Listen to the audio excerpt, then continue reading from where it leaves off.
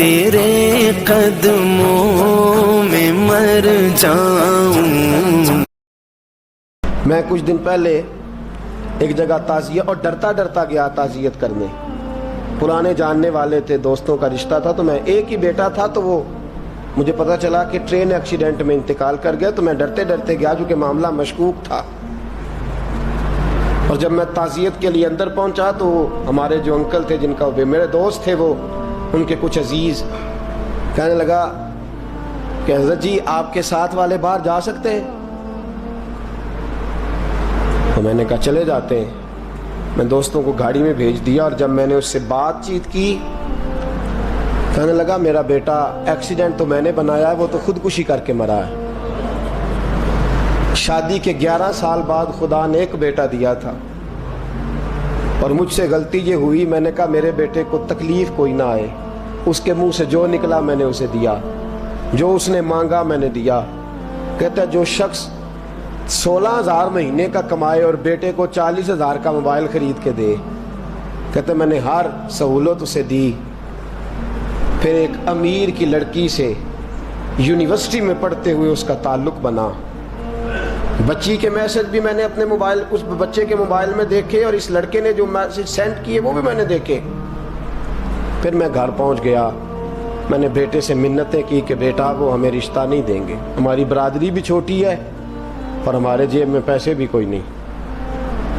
پھر میں ان کے گھر گیا، بیٹا نہ مانا، اور میں نے اس شخص کو بلا کے کہا تیری بیٹی کے میسیج ہیں، خدا را خیال کر، اور تیرے تو 7 بچے ہیں، میری گود میں تو ایک ہی پھول کھلا ہے، میں کدھر جاؤں، خیال کر۔ اس نے کہا دوبارہ تو نے نام لیا تو ایسے کیس میں باپ بیٹے کو پھنساؤں گا کہ ساری زندگی نکل نہیں سکو گے۔ نے کہا میں نے بیٹے سے کہا کہ بیٹا میں نے پگڑی تک رکھی ہے پر مجھے رشتہ نہیں ملا، تو باز آ جا۔ کہنے لگا 3 راتیں میرا بیٹا سویا نہیں، اور مجھے کہنے لگا حضرت جی وہ 4تھی رات سویا ہے تو دوبارہ اٹھا نہیں، مجھے کہنے لگا مجھے اجازت دو کہ میں اس بیٹی کو بھی قتل کر دوں اور اس کا باپ بھی قتل کر دوں، میرا تو گھر اجڑ گیا نا۔ وہ کہنے لگا میں کبھی کبھی دوستوں کے پاس جا کے رات گزار لیتا ہوں اور میں اپنے دل کو سکون دے لیتا ہوں، لیکن اس کی ماں اس کے جوتے سینے سے لگائے پھرتی ہے، اس کی اماں اس کے پرانے کپڑے لے کے سینے سے لگائے پھرتی ہے۔ کہنے لگا حضرت جی کوئی کوشش کرو، کوئی دعا کرو کہ اللہ مہربانیاں کرے۔ میں کہہ تو نہیں سکا ان سے، لیکن میرے دل میں خیال آیا کہ کس نے کہا تھا کہ بچہ یونیورسٹی میں کو ایجوکیشن میں داخل کراؤ، کس نے کہا تھا کہ اس کے ہاتھ میں آگ کا انگارہ دو۔ میرے دوست آپ تیز آنچ، تیز آگ جلا کے اس کے قریب مکھن رکھو، اور پھر مکھن سے کہو کہ ڈلنا نہ، پھر مکھن سے کہو کہ پگھلنا نہ۔ بھئی تیز آگ قریب جلا دی اور تو کہتا ہے پگھلنا، یہ کیسا ممکن ہے؟ ہو سکتا ہے؟ بولیے نا، ہو سکتا ہے؟ لڑکا اور لڑکی کٹھے کالج میں پڑھیں، ایک کمرے میں رہیں، ایک چھت کے نیچے رہیں، ایک دوسرے کو دیکھیں، نام جانیں، فون نمبر پاس ہو، اور پھر کہنا کہ تم عشق کا چکر نہ لڑانا، کیسے ممکن ہے؟ اور بڑے سیانے بندے کہتے ہیں حضرت صاحب اعتماد ہونا چاہیے اولاد پہ۔ میرے نبی پاک کو اپنی بیویوں پہ اعتماد نہیں؟ عبداللہ ابن مکتوم نابینے سے ابھی آئے ہیں تو حضور نے فرمایا پردہ کر لو، حضور کو اعتماد نہیں؟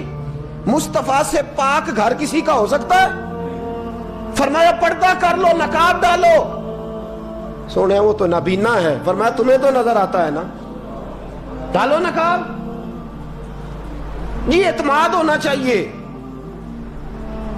یہ کیسا اعتماد ہے کہ تو تیز آگ جلائے اور مکھن قریب رکھ کے اعتماد کر؟ یہ کیسا اعتماد ہے؟ ایک حدیث سنانے لگا، زندگی بھر بھولنا نہ، دل کی تختی پہ لکھنا یہ روایت۔ توجہ ہے آپ کی؟ جاگ رہے ہیں؟ باہر والوں کو میری بات کی سمجھ آ رہی ہے؟ حدیث سنانے لگا ہوں، ابن حجر اسقلانی حدیث لائے ہیں، رسول پاک صلی اللہ علیہ وسلم نے فرمایا جہاں مرد اور عورت اکیلے ہوں، وہاں تیسرا شیطان ہوتا ہے. یہ تو پہلے بھی سنے ہوں گے نا اتنے لفظ، اس سے آگے ہیں ابن حجر حدیث کے لفظ لائے. یا رسول اللہ صلی اللہ تعالی علیہ وسلم، مرد اور عورت اکیلے ہوں تو تیسرا شیطان ہوتا ہے؟ حضور نے فرمایا ہاں. عرض کی حضور اگرچہ وہ نیک ہو، جاگ رہے ہیں نا آپ لوگ، اگرچہ وہ جہاں مرد اور عورت اکیلے ہوں وہاں تیسرا شیطان ہوتا ہے. حضور اگر وہ نیک ہو لکھ لو دل کی تختی پر، میرے رسول نے فرمایا اگر عیسیٰ کی ماں مریم بھی ہو اور زکریا کا بیٹا یحییٰ بھی ہو تو میں ان دونوں کو بھی اکیلا بیٹھنے کی اجازت نہیں دے سکتا. فرمایا عیسیٰ کی ماں مریم جو رہی مسجد میں، پلی مسجد میں، جس کی پاکیزگی کا اعلان قرآن کر رہا ہے، عیسیٰ کی ماں مریم. اور فرمایا یحییٰ صرف نبی نہیں، نبی کے بیٹے بھی ہیں، زکریا بن یحییٰ. فرمایا اگر یہ دونوں بھی ہوں، ایک نبی ہو اور ایک ولی ہو، مریم اور یحییٰ بھی ہو، مریم اور زکریا بھی ہو، فرمایا میں ان کو بھی اکیلے بیٹھنے کی اجازت ہے. تو کس نیکی اور پرہیزگاری کی بات کرتا ہے؟ تو کیسا پیر ہے اس کے پاس تنہائی میں بیٹھ کے بی بی اپنا دکھڑا سنا رہی ہے؟ تو کیسا مفتی ہے؟ اٹھا کے لے جا طریقتیں شریعتیں اور جا کے سنبھال لے اپنے جبہ اور دستار میں. وہ کوئی جبہ اور دستار نہیں، وہ گند ہے. اس لیے کہ جو نبی مریم سلام اللہ علیہا کو نبی کے پاس بیٹھنے کی اجازت نہیں دے رہے، وہ پیر کس بات کی مولی ہے جو بیبیوں کو بغیر پردے کے سامنے بٹھاتا ہے؟ اور تنہا بی بی کہتی ہے میرا دکھ سن لے، کس نے اجازت دی ہے؟ اور پھر کہنا تماشا لگ گیا، سٹنڈ لگ گیا ہے. یہ شریعت بیان کر رہا ہوں، رسول اللہ کا فرمان بیان کر رہا ہوں، اور اس سے آگے ہمیں کسی دلیل کی ضرورت بالکل نہیں ہے. اور پتہ نہیں باپ کو کہ میرا بیٹا کیا کر رہا ہے. اندھی ہے وہ ماں جس کی بیٹی سارا دن نیٹ پہ بیٹھی رہتی ہے، اس کو خبر نہیں کیا ہو رہا. اور جب آگ گلے تک آتی ہے نا، داڑیاں جب جلنے لگتی ہیں تو ہمیں خیال آتا ہے یہ کیا بن گیا ہے. اور جب ماں کا دوپٹہ کھینچنے لگتا ہے نا سگا بیٹا کہ چل میرا رشتہ مانگ، پھر اس کو پتا چلتا ہے کہ یہ تو معاملہ ہی بڑا خراب کر لیا میں نے. میرے دوست، جوانی زیادہ پیسے کمانے کا نام نہیں. اگر تو قیمتی کپڑے پہنتا ہے تو تو جوان نہیں. تو 50 کلو وزن بائیں ہاتھ سے اٹھا لیتا تو تو جوان نہیں. اگر تو ڈگریوں کا ڈھیر لگایا ہے اور تیرا دراز اور الماری بھر گئے ہیں تو تو جوان نہیں. اور اگر تو نے اپنے خاندان اور معاشرے میں اونچا افسر بن کے نام کما لیا تو جوان نہیں. جوان اس کو کہتے ہیں جس کی جوانی پاکیزہ ہوتی ہے. جوان اس کو کہتے ہیں جس کی نظر جھکی ہوئی ہوتی ہے. جوان اس کو کہتے ہیں جو حیا کا پتلا ہو. جوان اس کو کہتے ہیں جو شرم کا پیکر ہو. جوان اس کو کہتے ہیں جس کی نظر سے معاشرے کی بہو بیٹیاں بچی ہو. جوان وہ ہوتا ہے، جوان بھی ہو پاکیزہ بھی ہو، جوان وہ ہوتا ہے کہ میرے رسول پاک نے فرمایا صبح قیامت اللہ عرش کے سیدھے جانب جوان کھڑا کرے گا. 30 سال کا جوان، چڑھتی جوانی، خوبصورت آنکھیں، روشن چہرہ، اس کا وجود طاقت والا. نبی آگے بڑھ کے پوچھیں گے یا اللہ یہ کون ہے جو تیرے دائیں جانب کھڑا ہے؟ اللہ فرمائے گا یہ وہ جوان ہے کہ خوبصورت عورت نے اسے کہا تھا میرے ساتھ منہ کالا کر لے، پر اس نے نظر جھکا کے کہا تھا انی اخاف اللہ. نہ بھائی میں تو اپنے اللہ سے ڈرتا ہوں. فرمایا یہ پاک جوانی والا ہے، یہ حاجی نہیں، نمازی نہیں، یہ ولی نہیں، یہ صوفی نہیں، یہ وہ نہیں جو غوث زماں ہو، قطب دورہ ہو، پیر طریقت نہیں، مفتی وقت نہیں. یہ خالی جوان ہے پر پاک جوانی لے کے آیا ہے.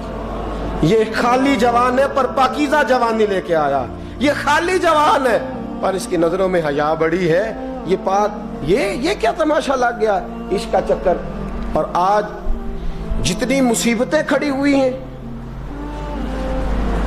اس عشق مجازی کے روگ نے کھڑی کر دی ہیں. ہر جوان, ہمارا ایک بچہ تھوڑے دن پہلے اس علاقے کا محمد طیب نام کا شہید ہو گیا. وہ ایک کونے میں رہنے والا, ایک محلے میں ایک چھوٹے سے کونے میں رہنے والا بچہ تھا نا. میرے ساتھ دوست موجود ہیں. صبح سے لے کر ساری رات میں افسوس کرتا رہا میں جنازے میں کیوں نہیں گیا, میں جنازے میں کیوں نہیں گیا. وہ بچہ پاک فوج کا وہ شہادت اختیار کر گیا تو فخر سے سر بلند کر گیا اپنا. لیکن جو بی بی کے لیے ساری رات روتے رہتے ہیں وہ شہید ہو سکیں گے؟ جو ساری رات ٹھنڈ میں کھڑے ہو کے عورت کے ساتھ گفتگو کرتے رہتے ہیں اور جو سارا دن دل میں گند رکھتے ہیں بی بی کے لیے, ان کے ہاتھ میں تلوار آئے گی؟ یہ بہو بیٹیوں کی عزتیں بچا سکیں گے؟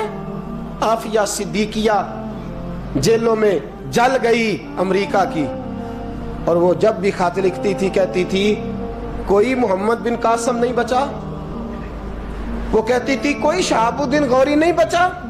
اور وہ جب بھی, اب تو خیر اس کا ذہنی توازن ہی کام کرنا چھوڑ گیا, وہ بی بی جب بھی خط لکھتی تھی نا اہل پاکستان کو تو کہتی تھی پاکستان والوں بتاؤ کیا تمہارے اندر کوئی بھی خالد بن ولید کا ماننے والا نہیں؟ کیا کوئی نہیں تمہارے اندر جو علی کے نام کا نعرہ لگانے والا ہو؟